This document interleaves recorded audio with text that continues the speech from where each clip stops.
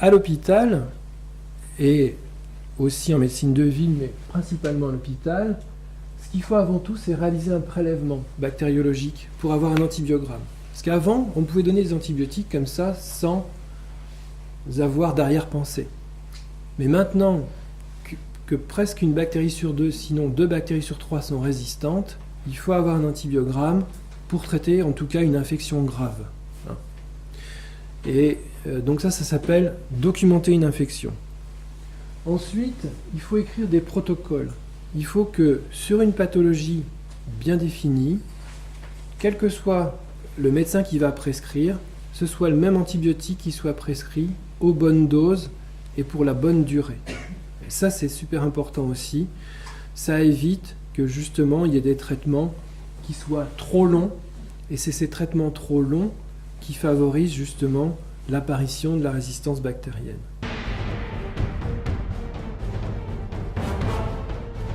Pour éviter que tout ça se répande, il faut déjà savoir un petit peu quels patients sont susceptibles d'être porteurs d'un BHRE, d'une bactérie hautement résistante. Alors, comme vous l'avez vu, là il y a des critères quand même assez précis. C'est un patient ayant eu dans les 12 derniers mois une hospitalisation de plus de 24 heures, quel que soit le secteur, à l'étranger.